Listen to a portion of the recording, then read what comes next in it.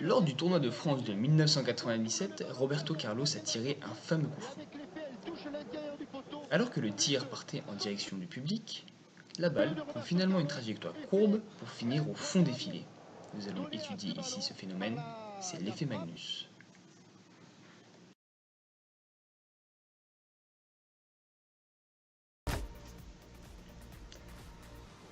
Il semblerait que sous l'effet d'une rotation, un objet sphérique voit sa trajectoire courbée.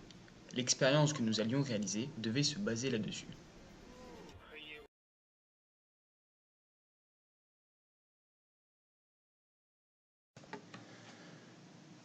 Nous avons donc pris une balle en mousse que nous avons transpercée avec une aiguille de seringue, le plus proche possible de son diamètre, en utilisant les dessins symétriques de la balle.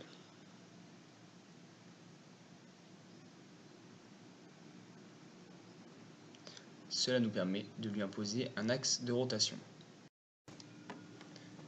On a également rajouté un repère sur la balle qui nous permettra de mesurer sa vitesse de rotation. On lui enroule une ficelle pour pouvoir la faire tourner. Et nous utilisons un nœud coulant qui nous permettra de tenir la balle à une main.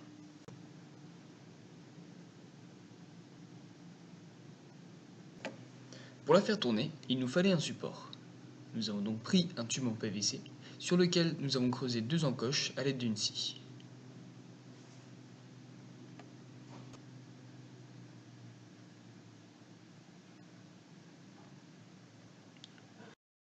A l'aide d'accroches, on fixe le tube en PVC à un dispositif constitué d'une barre en fer qui nous fera office de poulie, de sorte que la traction exercée sur la balle soit perpendiculaire au sol.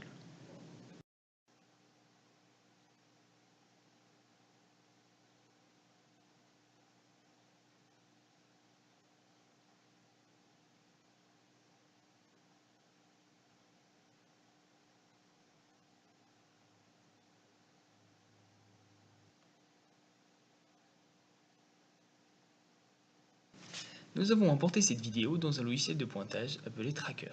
Grâce à cette analyse, nous avons pu en déduire l'équation du mouvement, dont voici le graphique. Nos expériences mettent bien en évidence l'effet Magnus par rotation de la balle, mais que se passe-t-il au niveau de celle-ci? Le youtubeur Bruce de la chaîne Y Penser a déjà fait une vidéo sur ce sujet, dont voici un extrait. Donc, que se passe-t-il? Au moment de la frappe, le joueur frappe la balle sur le côté, provoquant ainsi une rotation de la balle sur elle-même. Et alors que la balle avance, le flux d'air qui arrive vers elle est le même des deux côtés de la balle. Mais dans le même temps, du fait que la balle est en rotation sur elle-même, il y a un phénomène de friction qui fait qu'il y a une fine couche d'air qui est quelque part emprisonnée autour de la balle et qui tourne autour de la balle avec elle. Il se passe alors un phénomène asymétrique. Du côté gauche, la balle va entraîner le flux d'air et l'accélérer, ce qui va provoquer une baisse de pression de l'air.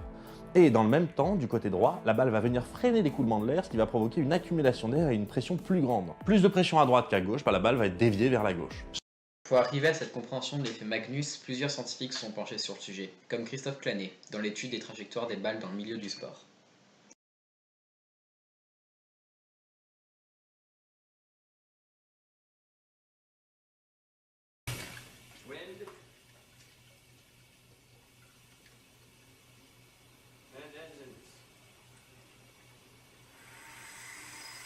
Dû au cylindre qui tourne sur ce bateau miniature, l'effet Magnus peut se manifester grâce au ventilateur, ce qui permet au bateau d'avancer sans consommer de carburant.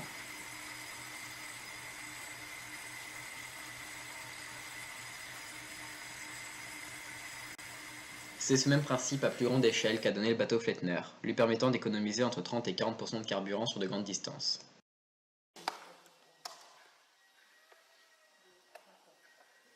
De la même manière, le cylindre posé à l'horizontale sur cet avion va subir l'effet Magnus lors de sa rotation entraînée par le moteur.